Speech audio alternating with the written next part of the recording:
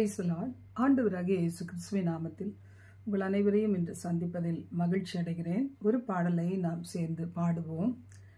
அனைத்தையும் செய்து முடிக்கும் ஆற்றல் உள்ளவரே, நீங்க நினைச்சது ஒரு நாளும் தடைபடாதையா. அனைத்தையும் செய்து முடிக்கும் ஆற்றல் உள்ளவரே, நீங்க நினைச்சது ஒரு நாளும் தடைபடாதையா. நீர் முடிவெடுத்தால் யார்தான் மாற்ற முடியும்? எனக்கென முன் குறித்த எதையுமே எப்படியும் நிறைவேற்றி முடித்திடுவீர். உமக்கே ஆராதனை என் உயிருள்ள நாள் எல்லாம். உமக்கே ஆராதனை என் உயிருள்ள நாள் எல்லாம். நான் எம்மாத்திரம் ஒரு பொருட்டாய் எண்ணுவதற்கு காலை தோறும் கண்ணோக்கி பார்க்கிறீர்.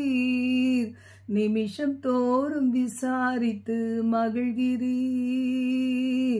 உமக்கே ஆராதனை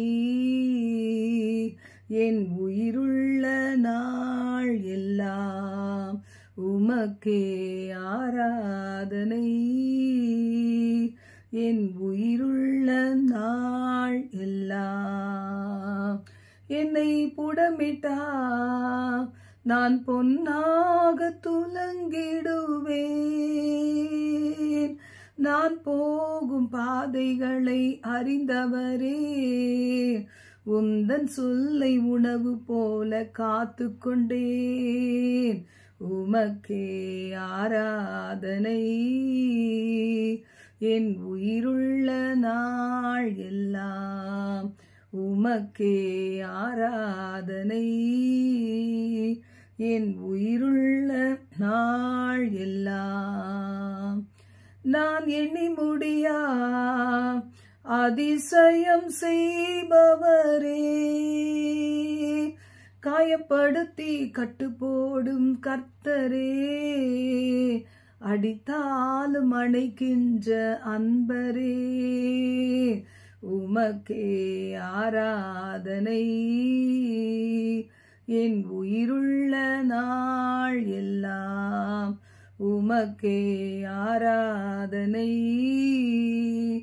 என் உயிருள்ள நாள் எல்லாம். அனைத்தையும் செய்து முடிக்கும் ஆற்றல் உள்ளவரே, நீங்க நினைச்சது ஒரு நாளும் தடைபடாதையா. அனைத்தையும் செய்து முடிக்கும் ஆற்றல் உள்ளவரே, நீங்க நினைச்சது ஒரு நாளும் தடைபடாதையா. இந்த அதிகாலை பொழுதுல எங்கள் ஆவி ஆத்துமா சரீரத்தை, என் ஆவி ஆத்துமா சரீரம், என்னுடைய பிள்ளைகள் தூரத்திலே சமீபத்திலே, ஒவ்வொருவருடைய ஆவி ஆத்துமா சரீரம், அவருடைய வாழ்க்கையின் எல்லா பகுதிகள், ஆண்டவரை ஆவிக்குரிய பூமிக்குரிய இந்த நாளின் நிலைகள், இனி நீர் கொண்டு செல்ல போகிற உயர்ந்த இடங்கள், உயர்ந்த ஸ்தானங்கள் எல்லாம் உடைய இரத்தத்துக்குள்ளாக கொடுத்து ஜெபிக்கிறேன் அப்பா. எல்லா வீடுகளில் கூடாரங்களில் அப்படி ரத்தம் இறங்கி பாதுகாப்பதாக, சபைகளை பாதுகாப்பதாக, சபையை பாதுகாப்பதாக. விசுவாச பிள்ளைகள், எங்கள் தேசம், உலக நாடுகளின் பகுதிகளை சூழ்ந்துமது கிருபை பாதுகாப்பதாக. எங்களோடு தங்கிரும் இந்த அதிகாலை பொழுதுல உங்க சத்தம் கேட்க வந்திருக்கிறோம். எங்களோடு பேசும் இயேசுவின் மூலம் பிதாவே, ஆமென், ஆமென். இந்த நாள்ல நான் பார்க்க போகிற செய்தியின் தலைப்பு கர்த்தரின் சத்தம் கேட்கிறதா. இன்னைக்கு நாம ஆண்டவரை நோக்கி சத்தமிட்டு அதிகாலை பொழுதுல கூப்பிடுகிறோம் அநேக நேரங்களில். ஆனா கர்த்தருடைய சத்தம் நமக்கு கேட்கணும், நாம் என்ன செய்ய வேண்டும்? ஒரு தீர்க்கதரிசியை நாடி போகணும்னு கிடையாது. வேத புத்தகத்தை எடுத்து வாசிக்கும் போது கர்த்தரின் சத்தத்தை நாம் கேட்க முடியும். இந்த நாளில நான் இந்த வார்த்தைகளை பகிர்ந்து கொள்வதற்காக நேற்றைய தினத்துல நாங்கள் இரவு நேரத்தில் நாங்கள் கூடி ஜெபித்து கொண்டு இருந்தோம். அந்த நேரத்தில் தேவன் அவரது சத்தத்தை குறித்து வெளிப்படுத்தினார். அதை குறித்து நான் சிந்தித்த போது சில வார்த்தைகளை நான் என்னோடு கர்த்தர் பேச கேட்டேன். அதை நான் உங்களோடு பகிர்ந்து கொள்ளுகிறேன். ஏசாயா 6ஆம் அதிகாரம் 8ஆம் வசனம், கர்த்தரின் சத்தம் கேட்கிறதா என்கிற தலைப்புல ஒரு 4-5 பாயிண்ட் நம்ம பார்த்து முடிக்க போகிறோம். பின்பு யாரை நான் அனுப்புவேன், யார் நமது காரியமாய் போவான் என்று உரைக்கிற ஆண்டவரின் சத்தத்தை நான் கேட்டேன். இதுல இந்த சத்தம் கேட்கிறதற்கு நாம் என்ன செய்ய வேண்டும்? ரொம்பவும் ஆண்டவருடைய சமூகத்திலே நாம் ரொம்ப கொடுத்து வைத்தவர்களாக, பாக்கியவான்களாக, பாக்கியவதிகளாக இருக்க வேண்டும். இந்த இடம் நமக்கு நல்லா தெரியும். ஏசாயா தீர்க்கதரிசி தரிசித்த அந்த தரிசனம், அதை தான் இதுல நம்ம பார்க்கிறோம். ஆண்டவரை எப்படி பார்த்தாராம்? உசியா ராஜா மரணம் அடைந்த பிறகு ஆண்டவரை நோக்கி ஒரு வித்தியாசமான பார்வை வந்தது. இன்னைக்கு நம்முடைய நம்பிக்கைகள் அழிந்து போகும்போது நாம் அங்கேயும் எங்கேயும் ஓடி திரிஞ்சு சில காரியங்களை நம்ம பார்த்து, சில மனிதர்களை சந்தித்து, சிலருடைய காலில் விழாத காரியங்களாய் நாம் நம் இருதயத்தை உடைத்து ஊற்றின பிறகுதான் நமக்கு தெரியும் அந்த ஆண்டவர்கிட்ட வருவோம் என்று சொல்லி. அப்படித்தான் ஏசாயா பார்க்கிறார் ஆண்டவரை உயரமும் உன்னதமான சிங்காசனத்தின் மேல். அவருடைய வஸ்திர தொங்கலால் தேவாலயம் நிறைந்து காணப்பட்டதாம். சேராபீன்கள் அவருக்கு மேலாக நின்றார்கள். அவர்கள் ஒவ்வொருவனுக்கும் 6 சட்டைகள், 2 சட்டைகளால் முகத்தை மூடி, 2 சட்டைகளால் கால்களை மூடி, 2 சட்டைகளால் பறந்து ஒருவரை நோக்கி ஒருவர் சொல்லுகிறாங்க, சேனைகளின் கர்த்தர் பரிசுத்தர், பரிசுத்தர், பரிசுத்தர், அவருடைய மகிமையினால் பூமி அனைத்தும் நிறைந்து காணப்படுகிறது என்று கூப்பிட்டு சொன்னார்களாம். அந்த சத்தம் கேட்டபோது ஆலயம் புகையினால் நிறைந்து மேகம் சூழ்ந்தது என்று பார்க்கிறோம். சாலமோனுடைய மண்டபத்தில் அப்படிப்பட்ட ஒரு மகிமை இறங்கி வந்தது என்பதை நாம் அறிந்திருக்கிறோம். அப்ப அந்த இடத்துல தான் ஏசாயா தீர்க்கதரிசிக்கு ஒரு உணர்வு வருகிறது. நான் இதுவரைக்கும் சேவித்த தேவன், ஆராதித்த தேவன் எத்தனை மகத்துவம் நிறைந்தவரா, பரிசுத்தம் நிறைந்தவரா என்று சொல்லி. நானும் ஒரு ஆர்சி குடும்பத்திலிருந்து வந்ததுனால எனக்கு சிறு பிராயத்துல தெரிந்தது என்ன, ஏதோ இயேசு கிறிஸ்து ஒரு சின்ன ஒரு போட்டோல இருக்கிற மாதிரி தான் இருப்பார் என்று சொல்லி, அந்த நாட்களில் என்னோடு இடைப்பட்ட ஒரு சொப்பனம் எல்லாமே நம்ம பார்த்தோம்னா எப்படி இருந்தது? நான் சுகவீனமாய் படுத்து கிடக்கும்போது சிறு பிராயத்தில் இயேசு கிறிஸ்து என் அருகாமையிலே வந்து உட்கார்ந்து என் நெற்றியிலே இப்படி கை வைப்பது போல நான் பார்த்து அடுத்த நாள் எழும்பும்போது சுகமாக எழுந்திருப்பேன். அதுதான் என்னுடைய நம்பிக்கையா இருந்தது. அதுபோல தேவனுடைய சமூகத்திலே நாம் வளர வளர எவ்வளவோ வானத்திற்கும் பூமிக்கும் தேவனாகிய ஆண்டவரை ஒரு சின்ன போட்டோல அடக்க முடியுமா, ஒரு சின்ன சுரூபத்துல இல்ல சிலுவையில நாம் போட்டுக்கொள்ள முடியுமா என்றெல்லாம் நினைத்து பார்த்த போது கர்த்தர் சில நேரங்களில் தரிசனத்தை, சில 1-2 தரிசனங்களை கொடுத்த போது இத்தனை பிரம்மாண்டமான தேவனை நாம் ஆராதிக்கிறோமே என்று சொல்லி ஒரு பெரிய மகிழ்ச்சி, கண்கள் திறந்து விடப்பட்டது போன்ற ஒரு அனுபவத்தை நான் உணர்ந்திருக்கிறேன். இதை போல ஏசாயா தீர்க்கதரிசி மிகவும் பிரமாதமாக பார்க்கிறார். ஐயோ அதமானே, நான் அசுத்த உதடுகளுள்ள மனுஷன், அசுத்த உதடுகளுள்ள ஜனங்களின் நடுவிலே வாசமாய் இருக்கிறவன், சேனைகளின் கர்த்தராகிய ராஜாவை என் கண்கள் கண்டதே. அப்ப இந்த ஒரு வெளிப்பாடு பெறும்போதுதான் ஏசாயா தீர்க்கதரிசியோடு கர்த்தர் இடைப்படுகிறார். சேராபீன்களில் ஒருவன் பலிபீடத்திலிருந்து தன் கையிலே பிடித்திருந்த குறட்டால் தன் ஒரு நெருப்பு தழலை எடுத்து என்னிடத்தில் பறந்து வந்து அதனால் என் வாயை தொட்டு, இதோ இது உன் உதடுகளை தொட்டதினால் நீ அக்கிரமம் நீங்கி உன் பாவம் நிவர்த்தியானது என்றான் என்று பார்க்கிறோம். அப்போ கர்த்தருடைய பிள்ளைகளுடைய கண்கள் நாளுக்கு நாள் திறக்கப்பட்டதாக இருக்க இருக்க செவிகள் அவர் சத்தத்தை கேட்க ஆரம்பிக்கும் போது நாம் ஆவிக்குரிய வாழ்க்கையில நம்ம நல்லா முன்னேறி வர முடியும். இந்த இடத்துல பார்க்கிறோம், அசுத்த உதடுகளுள்ள மனுஷன் என்பது பரிசுத்தராகிய கர்த்தரை காணும்போதுதான் ஏசாயாவுக்கு உணர்த்தப்பட்டார். நாமும் கூட பரிசுத்தமுள்ள ஆண்டவரை பார்க்கும்போதுதான் நம்மில் இருக்கிற குறைவுகள் தெரியும். பரிசுத்த வேதாகமத்தை வாசிக்கும் போது நம்மிடத்தில் இருக்க குறைவுகள் தெரிய ஆரம்பிக்கும். அநேகர் பரிசுத்தராகிய கர்த்தரை பார்ப்பது இல்லை. எப்போதும் உலகத்தில் உள்ள அசுத்தங்கள், அவ்விசுவாசியான காரியங்கள், அவ்விசுவாசிகள், தேவனை அறியாதவர்கள், அவர்கள் நடக்கிற பாதைகள், இவைகளையே உற்று நோக்கி கொண்டு இன்னும் மேலாக ஊழியர்களை உற்று நோக்கி அவர்களுடைய வாழ்க்கையில குறைவுகளை அலசி ஆராய்ந்து, இதனால தான் நாம என்ன செய்ய முடியல, கர்த்தர் சத்தத்தை கேட்க முடியல, கர்த்தரால் பயன்படுத்தப்பட முடியல. இந்த இடத்துல நாம் பார்க்கும்போது அப்பதான் செவிகள் கேட்கிறது, யாரை அனுப்புவேன், யார் நமது காரியமாய் போவார். ஆண்டவர் நம்மளோட இடைப்பட்டா இப்படித்தானே இடைப்படுவார். அவர் சமூகத்துல உட்காரும் போது நான் சுயத்தை அழித்து விடுகிறார். சுய பரிதாபம், சுய பச்சாதாபம், என்னை குறித்து நான் யோசிக்கிற யோசனை, என் பிள்ளைகளை குறித்தான பாரங்கள், பொருளாதார காரியங்களாய் இருக்கலாம், வியாதிக்கு அடுத்த காரியமாய் இருக்கலாம். தேவ சமூகத்துக்கு வரும்போது அதெல்லாம் மாறி போய்விடும். ஆண்டவருடைய சத்தத்தை நாம் கேட்க முடியும். இங்க கேட்டவுடனே, இதோ அடியேன், நான் இருக்கிறேன், என்னை அனுப்பும் என்று ஏசாயா தீர்க்கதரிசி தன்னை ஒப்பு கொடுத்தார். இன்னைக்கு நாம ஒப்பு கொடுக்க முடியுமா? இந்த அதிகாலை பொழுதுல நாம் ஆண்டவரை பார்க்கும்போது நம்மில் உள்ள குறைவுகளை உணர்கிறோமா? தகுதியற்ற எனக்கா இத்தனை தரிசனங்களை கொடுத்தீர். தாவீது சொல்லும்போது, இதையெல்லாம் ஒரு மனுஷனுக்கு விவரிக்கிற மாதிரி எனக்கு விவரிக்கிறதுக்கு நான் எம்மாத்திரம், நீர் பெரிய தேவன் என்று சொல்லி கர்த்தரை உயர்த்துகிறார். நமக்குள்ள தாழ்மை இருக்கும்போது தேவ மகிமையை நாம் காண முடியும். அப்போஸ்தலர் 9:3-6 கூட நாம வாசிக்கிறோம். இங்கே எப்படி கர்த்தருடைய சத்தம் வெளிப்பட்டது? நீ என்னை ஏன் துன்பப்படுத்துகிறாய்? இந்த இடத்துல நாம் பார்க்கிறோம், சவுல் சபைகளை துன்பப்படுத்த, தேவ பிள்ளைகளை துன்பப்படுத்த அதிகாரத்தை பெற்றவனாய் அவன் கடந்து போகும்போது, தமஸ்குவுக்கு சமீபம் வந்தபோது வானத்திலிருந்து சடிதியாய் ஒரு ஒளி பிரகாசித்து அவனை சந்தித்தது. அப்ப என்ன சத்தம் வந்தது? சவுலே சவுலே, நீ என்னை ஏன் துன்பப்படுத்துகிறாய்? நீ துன்பப்படுத்துகிற இயேசு நானே, முள்ளில் உதைக்கிறது உனக்கு கடினமாமே என்று சொல்லி. அப்ப இந்த சத்தத்தை நாம் கேட்கிறோமா?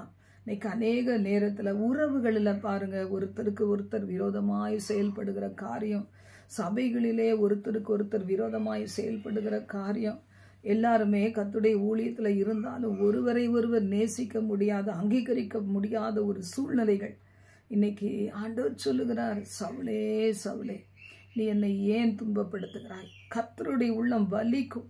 ஒரு குடும்பத்திலே கணவன் மனைவி ஒருவருக்கு ஒரு விரோதமாய் ஒரு திட்டங்களை போடும்போது, கணவனும் மனைவியும் ஒரே மாம்சம், அந்த ஒரு மாமிசம் அது ஏதாவது ஒன்று அழிஞ்சு போகணும்னு நினைக்குமா? யோசித்து பாருங்க. என் கால் எப்படி, ஆனா எனக்கு என்னன்னு கை யோசிக்க முடியுமா? கண் யோசிக்க முடியுமா? ஆனா அப்படி யோசிக்கிற நிலைமைகள் இன்னைக்கு உலகத்துல பரவி கொண்டே வருகிறது. இந்த இடத்துல நாம் பார்க்கிறோம், கர்த்தர் தமது பிள்ளைகளுக்காக வைராக்கியம் கொண்டவர். அவருக்காக வாழுகிற பிள்ளைகள் மீது அவர் வைராக்கியம் கொண்டவர். இந்த இடத்துல நம்ம பார்க்கும்போது கர்த்தர் கேட்கிறார், நீ துன்பப்படுத்துகிற இயேசு நானே, என் பிள்ளைகளை, என் சபையை நீ துன்பப்படுத்த நீ போகிறே, நீ யார்? நீ என்னை துன்பப்படுத்துகிறாய். முள்ளில உதைச்சா உன் கால் ஒண்ணும் இல்லாம போயிரும் அப்படின்னு ஆண்டவர் அந்த இடத்துல எச்சரித்து சொல்றாரு. நான் அப்ப என்ன செய்யணும் ஆண்டவரே? சவுல் கேட்ட போது, நீ போ, பட்டணத்துக்குள்ளே போ, நீ செய்ய வேண்டியது அங்கே என்ன என்று சொல்லப்படும். அப்ப இந்த சத்தத்தை நம்ம கேட்கிறோமா? இல்ல மனதார இங்கேயே செஞ்சுக்கிட்டு இருக்கிறோமா? மறுமையிலே நித்திய ஜீவனை கொடுக்கிற ஆண்டவரை மறந்துச்சோமா? நான் வருகிறேன், என்னோடு நான் கொடுக்கும் பலன் அவனவனுக்கு உரிய பலனை கொண்டு வருகிறேன் சொன்ன ஆண்டவரை மறந்துச்சோமா? இந்த பூமியில இருக்கிற காரியம்தான் நிரந்தரம்னு யோசிக்கிறோமா? கர்த்தருடைய சத்தத்தை கேட்கிறோமா என்று நாம் யோசித்து பார்க்க வேண்டும். மார்க் 11:15-17 வாசிக்கிறோம். இங்க கர்த்தருடைய சத்தம் எப்படி வெளிப்பட்டது என்று நாம் பார்க்கும்போது, எழுதியிருக்கவில்லையா, என்னுடைய வீடு எல்லா ஜனங்களுக்கும் ஜெப வீடு என்னப்படும் என்று எழுதியிருக்கவில்லையா, நீங்களோ அதை கள்ளர் குகையாக்கினீர்கள் என்று சொல்லி அவர்களுக்கு உபதேசித்தார். அப்ப பார்க்கிற நம் சரீரம் தேவனுடைய ஆலயம், அவரது வீடு. இந்த வீடு போற்றப்படத்தக்கதாக இருக்க வேண்டும் என்று கர்த்தர் எதிர்பார்த்திருக்கிறார். இந்த இடத்துல வேறு விதமா சொன்னாலும் நாம எடுக்க வேண்டியது என்ன? இந்த புதிய ஏற்பாட்டு காலத்தில் நான் தான் தேவனுடைய சரீரம். இந்த சரீரத்துல அவருக்கு இடம் கொடுத்துட்டேன், இந்த இருதயத்துல ஏற்றுக்கொண்டேன். இந்த இருதயம் ஒரு கள்ளர் குகையா மாறலாமா? அசுத்தமாயிருந்த இருதயத்தை தான் கேட்டார், அருவருப்பாயிருந்த சிந்தையை தான் கர்த்தர் கேட்டார், அவரது சிந்தையை போல மாற்றுவதற்கு. இப்படிப்பட்ட என் சரீரமாகி இந்த ஆலயத்திலே அவர் வாசம் பண்ணும்போது அதை நான் கள்ளர் குகையாக்கலாமா? நம்மை பார்க்கும்போது ஆரம்ப காலங்களில் இந்தியா தேசத்தில் நம்ம பார்க்கும்போது எப்படி இருக்கும்னா, ஒரு நல்ல அருமையான ஒரு குடும்பத்துக்குரிய ஒரு பெண்ணாக ஒரு நபர் போகும்போது, நல்ல மதிப்பிற்குரிய ஒரு மகளாக வாலிப பெண்கள் போகும்போது ஒரு மரியாதை இருந்தது. இவர்களுக்கு சில பேர் அந்த நாட்களில் மெட்டி போடுவாங்க, கழுத்தில் பெரிய செயினா போடுவாங்க. ஏன்னா இவங்களுக்கு கல்யாணம் முடிஞ்சிருச்சுன்னு தெரியறதுக்காக இந்த மஞ்சள் கயிறெல்லாம் போட்டுக்கிறாங்க, இப்பவும் போடுறாங்க அநேகர். அப்போ இது ஒரு சிம்பலா இருந்துச்சு. அவள் பார்க்கிறவர்களுக்கு ஒரு எச்சரிப்பு, இது இனி ஒருவனுடைய மனைவி, இனி ஒருவருடைய சொத்து என்பதை தெரிந்து வெளியே பார்க்கிறவங்க பயந்து போவாங்க. முதிர் வயதுள்ளவங்களை பார்க்கும்போது ஒரு கனம் இருக்கும், ஒரு பயம் இருக்கும். ஆவிக்குரிய பிள்ளைகளை பார்க்கும்போது தங்களுடைய வாயை பொத்தி கொள்ளுவார்கள், தேவையில்லாதது பேச மாட்டாங்க. ஆனால் இன்னைக்கு அது எல்லாமே ரிவர்ஸாக மாறி போயிடுச்சு. ஒருவருக்கும் தேவ பயம் கிடையாது. மனிதர்களை கனப்படுத்துகிற பார்வையில் அந்த பார்வை கெட்டு போன ஒரு பார்வையாக காணப்படுகிறது. ஆண்டவர் வருத்தப்படுகிறார். என்னுடைய வீடு எல்லா ஜனங்களுக்கும் ஜெப வீடு என்று எழுதப்பட்டிருக்கிறதே, நீங்களோ அதை கள்ளர் குகையாக்கி விட்டீர்கள். ஒரு மாதிரியெல்லாம் பல காரியங்களை தங்களை அலங்கரித்துட்டு போகிற பிள்ளைகள். ஒருவேளை இது எல்லாருக்கும் எல்லாமும் பொதுவானது தானே, இது என்ன விசேஷமானது என்று சொல்லுகிறதை நான் கேள்விப்பட்டு இருக்கிறேன். அதற்காக அந்தரங்கத்தில் இருக்க வேண்டியவைகளை வெளியரங்கமாக்க வேண்டிய அவசியம் கிடையவே கிடையாது.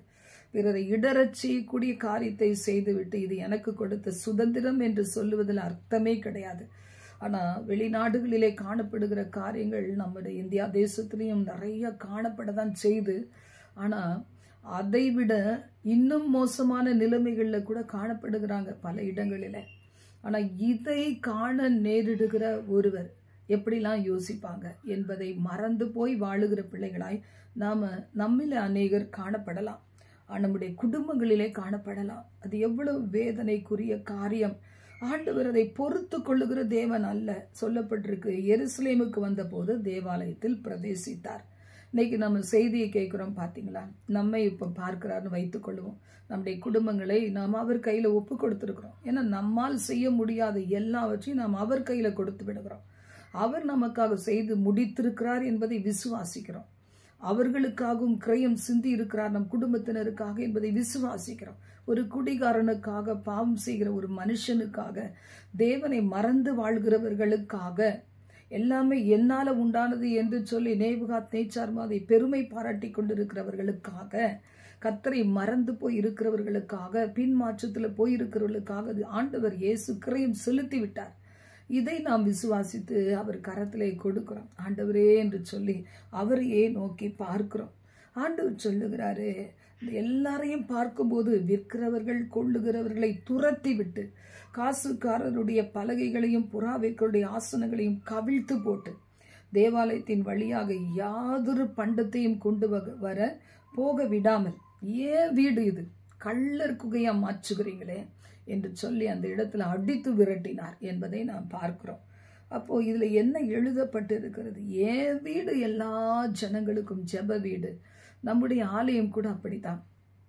சில பேர் சொல்லுவாங்க, அவன் குடிகாரனா இருக்கிறான், எதுக்கு குடிச்சவன் ஒருத்தனுக்கு நீங்க அலோவ் பண்றீங்க என்று சொல்லி. ஆனா வேதம் சொல்லுது, பிணியாளிகளுக்கு வைத்தியன் வேண்டியதே அல்லாமல் சுகமுள்ளவர்களுக்கு வேண்டியதில்லை. நான் சொல்லுவேன் சில நேரங்களில் சகோதரிகள்ட்ட, அவர் எப்படி இருக்கிறாரோ அப்படியே வர சொல்லுங்க. ஆராதனை வேளையில பாடல்கள் மூலம், தேவனுடைய வார்த்தையின் ஒரு அடி, ஒருவேளை சில சாட்சிகள் மூலம் அவர்கள் கர்த்தரால் தொடப்படுவார்கள். ஞானிகளை அவர்களுடைய தந்திரத்திலே பிடிக்கிற ஒரு தேவன். அப்போ இன்றைக்கு அநேகர் அப்படித்தானே, வேத சத்திய வசனங்கள் எங்க இருக்குதுன்னு பார்த்து போகிறது கிடையாது. மியூசிக் இன்ட்ரெஸ்டா இருந்தா அது போல ஒரு இடத்துக்கு போவாங்க. வார்த்தைகளுக்கு இன்ட்ரெஸ்டா இருந்தா, ஆவியானவர் மேல ஒரு விருப்பம் இருந்து அங்க இடத்துக்கு போவாங்க. ஆவியானவர் பிடிக்கலைன்னா சாதாரண சபைகளுக்கு போயிட்டு உட்கார்ந்து எழுந்து வருவாங்க. அப்போ அந்த இடத்துலையும் கூட தேவனுடைய வார்த்தையின் மூலம் ஏதோ ஒரு விதத்துல சந்திக்கப்பட முடியும். அப்படியே கூட்டிட்டு வாங்க, கர்த்தர் தொடுவார் என்று சொல்லுவேன். அப்படி வந்தவர்கள் ஒரு சிலர் ஆண்டவருடைய வல்லமையினால் தொடப்பட்டு அவர்கள் தேவனை ஏற்றுக்கொண்டு அங்கீகரித்து அருமையான வாழ்க்கை வாழ்ந்தாங்க. இன்னைக்கு அவங்க எல்லாம் சொந்த வீடு வாங்கிட்டு போயிட்டு அங்கேயே இருக்கிறாங்க. அவங்களுடைய ஆவிக்குரிய வாழ்க்கையை என்னால் கண்டுபிடிக்க முடியவில்லை. இன்னைக்கு கர்த்தருடைய வார்த்தை சொல்லுகிறது, நீங்கள் கள்ளர் குகை ஆக்குகிறீங்களே, நீங்கள் தூண்டுகிறீர்களே, பாவம் செய்ய அவர்களை உந்தி தள்ளுகிறீர்களே என்று நாம் என்ன சொல்ல போகிறோம்? அடுத்ததாக மத்தேயு 23:37 சொல்லுகிறது, எத்தனை தரமோ உன்னுடைய பிள்ளைகளை கூட்டி சேர்த்துக்கொள்ள மனதாயிருந்தேன். எருசலேமே எருசலேமே, தீர்க்கதரிசிகளை கொலை செய்து உன்னிடத்தில் அனுப்பப்பட்டவர்களை கல் எறிகிறவளை. இன்னைக்கு அநேகருடைய ஆத்தும ரட்சிப்புக்காக தேவன் ஒரு சிலரை அவங்க கிட்ட அனுப்புவார்.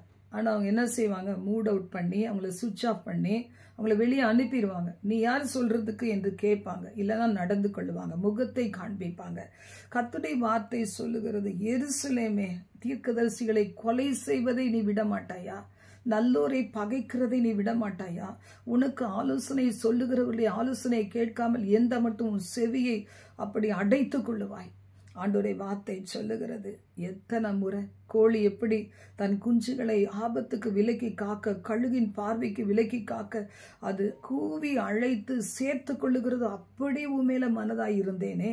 உன்னுடைய வீட்டுக்கு நான் அனுப்பினேனே, உன்னை சந்திக்கும்படி ஒருவரை அனுப்பினேனே, ஒரு செய்தியின் மூலம் உன்னோடு இடைப்பட்டேனே, ஒரு பாடலின் ஒரு அடி உன்னை மனதில் திரும்பி திரும்பி பாட வைத்து கொண்டே இருந்ததே. இத்தனையும் இருந்தும் எல்லாவற்றையும் அழித்து விட்டு புதைத்து விட்டு நீ மறந்து ஜீவிக்கிறாயே.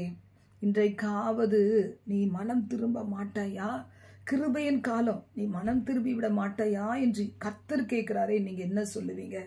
யோவான் 11:40 சொல்லுகிறது, நீ விசுவாசித்தால் தேவனுடைய மகிமையை காண்பாய் என்று நான் உனக்கு சொல்லவில்லையா என்று சொல்லி இந்த இடத்துல இயேசு கடிந்து கொள்ளுகிறார்.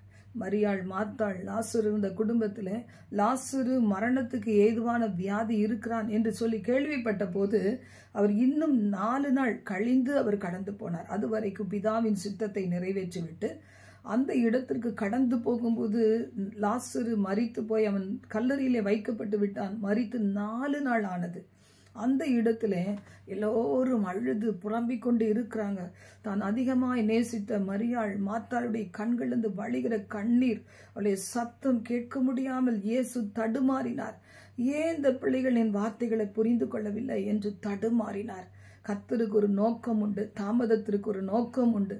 நாம என்ன நினைப்போம்? இந்த 4 சுவர்களுக்குள்ளே என்னுடைய துக்கம், என்னுடைய வேதனை, என் அவமானம், நிந்தனையெல்லாம் தீர்க்கப்பட்டு விடாதா என்று சொல்லி ஒரு தாயும் தகப்பனும் தன் குடும்பத்துக்கு படுகிற பிரயாசங்கள் அநேகம் உண்டு. சில வாலிப பிள்ளைகள் மனம் நொந்து போய் இந்த பிரச்சனை வெளியே தெரியாதபடிக்கு இதுலயே முடிகிறாத அந்த சின்ன ரவுண்டுக்குள்ள தாய் தகப்பனுக்கு மறைத்து தன் நண்பர்களுக்கு பகிர்ந்து கொள்றாங்க. அந்த நண்பர்கள் என்ன அந்த அனுபவத்துக்குள்ள போனவங்களா, இல்ல ஜெபிக்கிறவங்களா, அவர்களுக்காக உபவாசிக்கிறவங்களா?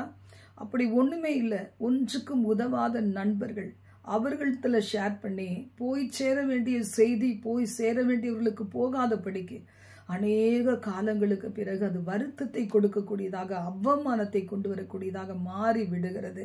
இந்த இடத்துல நாம் பார்க்கிறோம், இயேசுவின் தாமதம் எதற்காக? தேவனுடைய நாம மகிமைக்கு ஏதுவாகவே இந்த வியாதி வந்திருக்கிறது. லாசரு மரிக்க மாட்டான் என்று சொல்லுகிறார். ஆனா இந்த இடத்துல அவிசுவாசமாய் எல்லாரும் சொல்றாங்க, எவ்வளவு இவர் இந்த லாசரு, இந்த மரியாள், மார்த்தாள், லாசரு குடும்பத்தை நேசித்தார். அவர் அப்பவே வந்து செய்திருக்கலாமே, இப்போவோ கல்லறையில வைக்கப்பட்டு விட்டதே, 4 நாள் ஆயிற்றே, நாரி போகுமே. ஆனா கர்த்தர் ஒரு நோக்கத்தோடு அங்க வந்திருந்தார். வந்து அவரை உயிரோடு எழுப்பி கொடுத்தார். அப்ப அவர் கேட்ட வார்த்தையை போல இன்னைக்கு ஆண்டவர் சொல்றார், நீ விசுவாசித்தால். ஒருவேளை நமக்கு நம்முடைய வாழ்க்கை எப்படிப்பட்டதா இருக்கும்?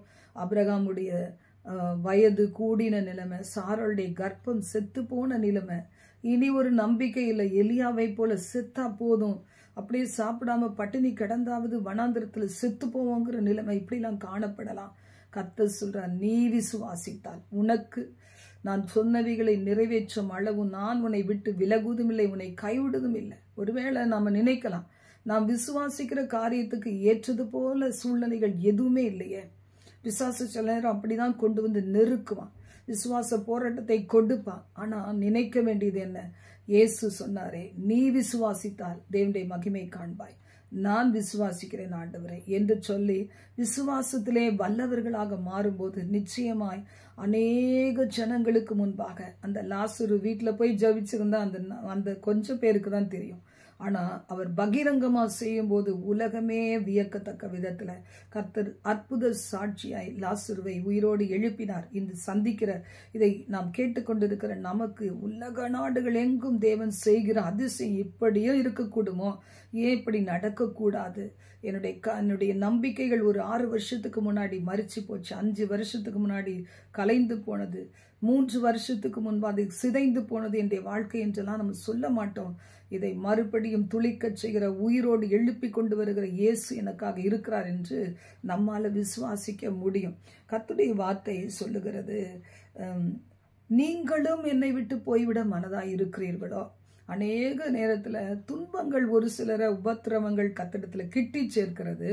தாவீது சொல்லுகிறார், உபத்திரவ படுகத்துக்கு முன்பு நான் வழி தப்பி நடந்தேன், இப்பொழுதும் உம்முடைய கற்பனைகளை காத்து நடக்கிறேன். அப்படி ஒரு சிலரை கிட்டி சேர்க்கிறது, ஒரு சிலரை தூரமாய் கொண்டு போகிறது. ஏமாற்றங்கள் பிரித்து விடுகிறது. ஏதோ நினைச்சு வாழ்க்கையில பிரவேசித்தேன், இவ்வளவுதானா இவங்க அப்படின்னும் போது அந்த ஆண்டவர் மேல கோவப்படுறாங்க. ஆண்டவரை கேட்டா இந்த காரியத்தை செஞ்சோங்கிறது நினைக்கிறது இல்ல. தாய் தகப்பன்ட்ட கேட்டு செய்தோமா, இல்ல கர்த்தருடைய ஊழியர்கள்ட்ட பகிர்ந்து கொண்டு உண்மையான உத்தமமான ஊழியர்களை தேடி போனோமா? ஒன்றும் கிடையாது. நாம தெரிந்து கொண்ட வாழ்க்கைக்கு யார் பதில் சொல்ல முடியும்? வாழ்ந்து காண்பிக்கணும், சவாலா எடுக்கணும், கோதுமை மணி போல மடியணும், என் இயேசுவை நிரூபிக்க வேண்டும் என்கிற ஒரு வெறி நமக்குள்ள உருவாக வேண்டும், வைராக்கியம் உருவாக வேண்டும். வசனம் சொல்லுகிறது, ஜீவ அப்பம் நானே. தேவன் உங்கள் பிதாக்கள் வனாந்திரத்திலே மன்னாவை புசித்திருந்தும் மறிச்சாங்க. ஆனா இதிலே புசிக்கிறவன் மறியாமல் இருக்கும்படி வானத்திலிருந்து இறங்கி வந்த அப்பம் நானே. இந்த ஆண்டவரை மட்டும் ருசிச்சிட்டோம்னா, அவர் வார்த்தையை மட்டும் நம்பிட்டோம்னா, இம்மையிலும் ஆசீர்வாதம், மறுமையிலும் ஆசீர்வாதம். கர்த்தருடைய வார்த்தை அதை தான் சொல்லுகிறது. இதுல பார்க்கிறோம், எல்லாரும் என்னை விட்டு போயிட்டாங்க. நீங்க கூட சீஷர்களா இருந்தவங்க நிறைய பேர் என்ன செய்தாங்களா, கர்த்தருடைய வார்த்தையை கேட்டு இது கடின உபதேசம், யார் இதை கை கொள்ள முடியும்னு போயிட்டாங்களாம். அப்போ ஆண்டவர் தனது 12 சீஷர்கள், அப்போ நிறைய சீஷர்கள் இயேசுக்கு இருந்திருப்பாங்க.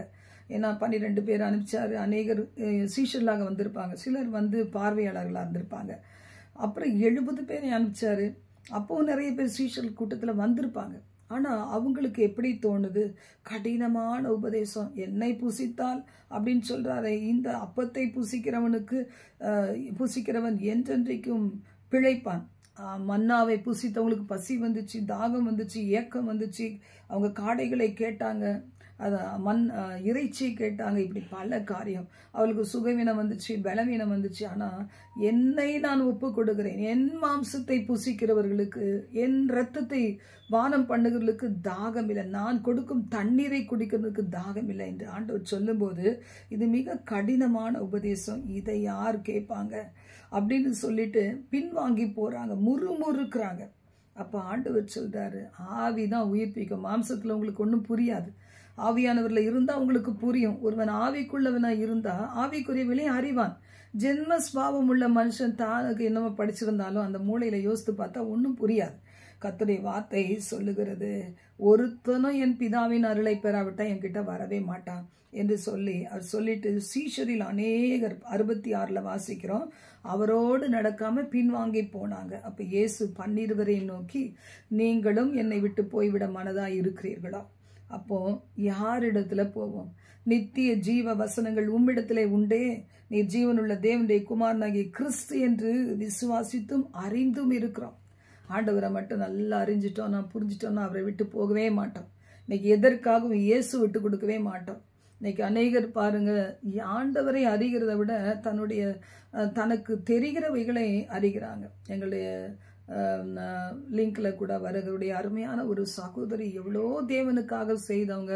அவங்க போகிற பாஸ்டருக்கு ஒரு மாதம் முழுவதும் மளிகை சாமான்கள் முதல் எல்லாம் வாங்கி கொடுப்பாங்க. அவ்வளவு அவங்க வீட்டுக்கு யார் போனாலும் நல்ல சாப்பாடு போட்டு கவனிப்பாங்க. ஆனா இன்னைக்கு முதிர் வயது ஆகும்போது உலக கவலைகளுக்கு இடம் கொடுக்க வேண்டிய ஒரு சூழ்நிலை வந்துருச்சு. இப்ப இன்றைக்கு அவங்க எப்படி இருக்கிறாங்க பாருங்க. அந்த அந்த இருளை கண்டு பயப்படுகிறவர்களா எத்தனை வருடங்களா இப்படியே ஜீவிக்க முடியும்? மரண இருளின் ஒரு பள்ளத்தாக்கு, ஒரு பயம், எதிர்பாராமல் சம்பவித்த சில காரியங்கள் எடுத்து போட முடியல.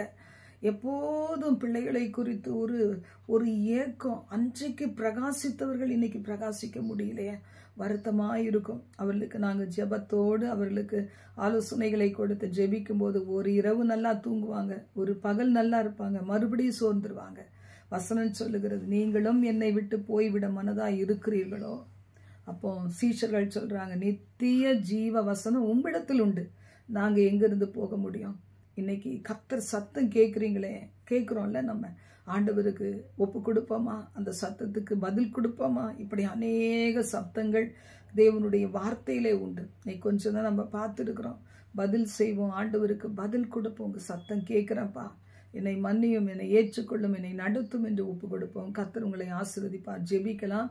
எங்கள் பரலோக தேவன், இந்த சத்தம் கேட்ட தமது பிள்ளைகள் தங்களை முழுவதுமாய் அர்ப்பணித்து இந்த நாள் முழுவதும் அவர்கள் ஜெயத்தை காணட்டும். இந்த மாதமெல்லாம் நடத்தினீங்களே, என் வார்த்தையை கை கொண்டு நடந்தால் சகல ஜனங்களில் உன்னை மேன்மையாக வைப்பேன் என்று சொல்லி, ஆண்டவரே, தூக்கி விடுவதற்கு என் இயேசு இருக்கும்போது, ஜீவன் தருகிற வார்த்தைகள் இருக்கும்போது, மனிதர்களுடைய சூழ்ச்சிகள் ஒன்றுக்கும் உதவாது தகப்பனே. அவர்கள் மாம்சம் தானே ஆண்டவரே. அது நிமித்தம் உடைய பிள்ளைகள், இந்த வார்த்தையை கவனிக்கிற பிள்ளைகள் தங்களை அர்ப்பணித்து, தங்களை பின் மாற்றத்திலிருந்து முன்னுக்கு வந்து தங்களை அர்ப்பணிக்கும் போது வாழ்க்கையில கரம் பிடித்து அவர்கள் நினைப்பதற்கும் வேண்டிக் கொள்வதற்கும் மிகவும் அதிகமாய் கிரியை செய்கிற தேவன். அவருடைய டோட்டல் குடும்பத்தோடு அவர்கள் உயர்த்தப்பட, தனிமையில வாழுகிற பிள்ளைகள் இயேசுவின் துணையோடு கர்த்தருக்காக மரித்து, கர்த்தருக்காக அதை வாழ்ந்து, கர்த்தருக்காக மரித்த நித்திய ஜீவனுக்குள் பிரவேசிக்க கிருபை தருவீராக, ஆசீர்வதிப்பீராக. இயேசுவின் மூலம் பிதாவே, ஆமென்.